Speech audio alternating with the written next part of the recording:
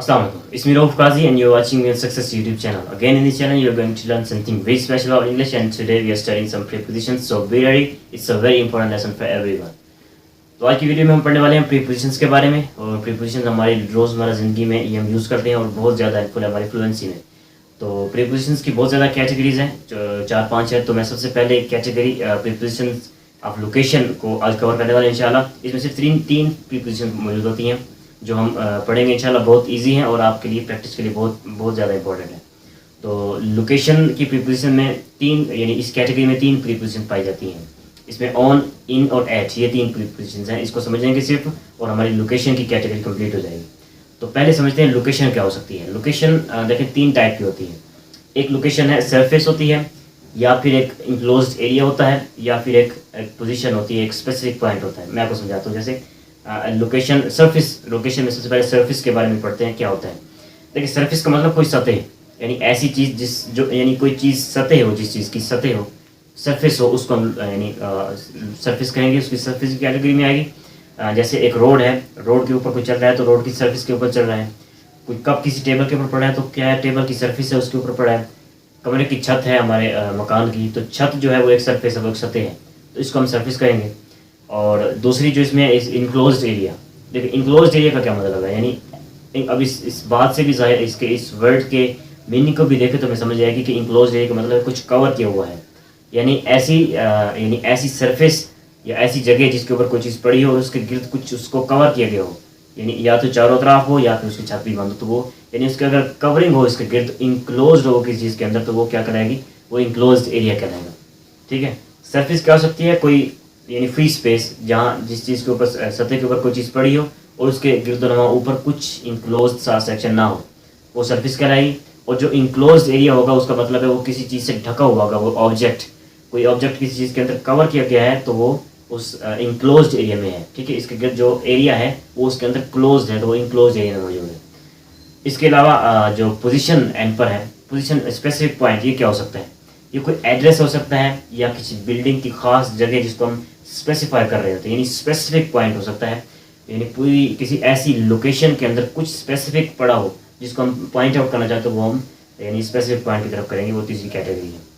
तो प्रीपोजिशंस का use location में, इसमें जो है हमने पढ़ा सरफेस, इंक्लोज्ड एरिया और specific point.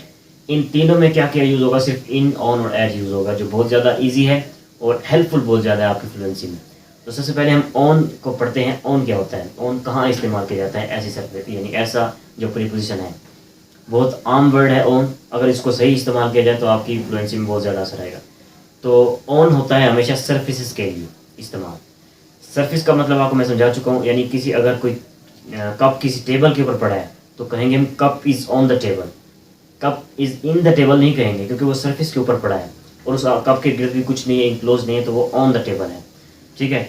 I am on the road, मैं रोड के ऊपर खड़ा हूँ, यानी इस तरह से, यानी किसी सरफेस के ऊपर खड़ा हो कोई चीज़ तो वो ऑन के इस्तेमाल में आएगी।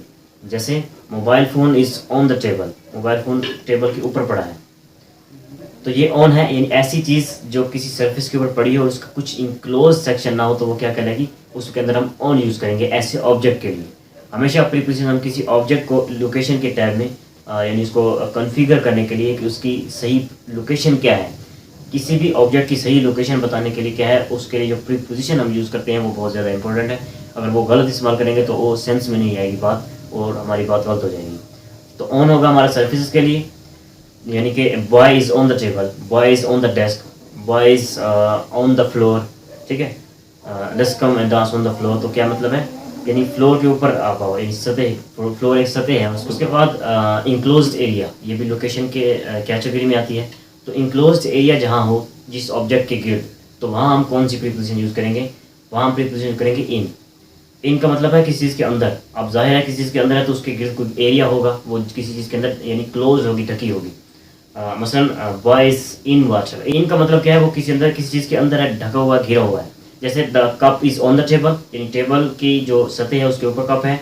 अगर हम कप के अंदर जो चाय मौजूद है उसके बारे में कहें तो the T is in the cup, तो कप का जो ये स्ट्रक्चर है उसके अंदर जो टी है मौजूद है चाय, तो चाय, अगर चाय को हम पॉइंट आउट करना चाहते हैं तो उसके लिए हम प्रीपोजिशन यूज़ करेंगे इन, क्योंकि वो एक कप के यानी उसके स्ट्रक्चर के अंदर ढकी हुई है, क्लोज है, तो उसके गिर्द एक एरिया मौजूद है और वो इनक्लोज एरिया कहलाता है। ठीक है, इनक्लोज एरिया का मतलब क्या है, ऐसी चीज़ जो किसी चीज़ के यानी जो किसी गिरदोनवाह के अंदर घिरी हो, उसके लिए हम उस ऑब्जेक्ट को हम पॉइंट आउट करना चाहते हैं तो हम इन यूज़ करेंगे प्रीपोजिशन। जैसे मसलन I dived in the water, we live in Pakistan. अब पाकिस्तान क्या है, एक मुल्क है। ठीक है, we live in Pakistan, I live in Pakistan. तो पाकिस्तान एक बड़ा मुल्क है और ये एक यानी एक पूरा घिरा हुआ एक चीज़ है, यानी एक इसकी बॉर्डर है। अब बॉर्डर क्या है, इसकी दीवारें हैं मिसाल के तौर पर, इसके अंदर क्लोज है जो कुछ भी है। पाकिस्तान के अंदर क्या है, सब कुछ क्लोज है। तो हम उस क्लोजनेस के अंदर हैं तो हम आई एम इन पाकिस्तान। या इसके अंदर छोटी लोकेशन में आ जाए, मसलन I am in the classroom. I am in the classroom का क्या मतलब है, I am in the classroom का मतलब है क्लासरूम के अंदर मौजूद हूँ मैं, यानी क्लासरूम की ज़ाहिर दीवारें होंगी तो दीवारों के अंदर कवर्ड हूँगा मैं, तो इसलिए कहूँगा मैं I am in the classroom. In the classroom, तो इन द क्लासरूम का मतलब है मैं क्लासरूम के अंदर बैठा हूँ, यहाँ उसकी दीवारें हैं और यानी उस बिल्डिंग के अंदर मौजूद हूँ। ठीक है, I am in the library, मैं लाइब्रेरी के अंदर मौजूद हूँ। अब I am on the library नहीं कहूँगा। ठीक है, यानी किसी क्लोज्ड एरिया में जब हम मौजूद होंगे तब हम उस ऑब्जेक्ट को, यानी खुद मैं भी ऑब्जेक्ट हूँ मिसाल के तौर पर, तो खुद को भी यानी किसी ऑब्जेक्ट को हम पॉइंट आउट करना चाहते हैं, उसकी पोजीशन लोकेशन बताना चाह रहे हैं। ठीक है, इसका मेन जो मसला है जिस वजह से आप समझना चाह रहे हैं, जिसकी यानी जो मकसद है इन प्रीपोजिशन को समझने का, वो ये है कि आप किसी चीज़ की लोकेशन को बता सकते हैं करेक्ट तरीके से कि ये इस लोकेशन पे मौजूद है और जो बात सेंस में भी आ जाए।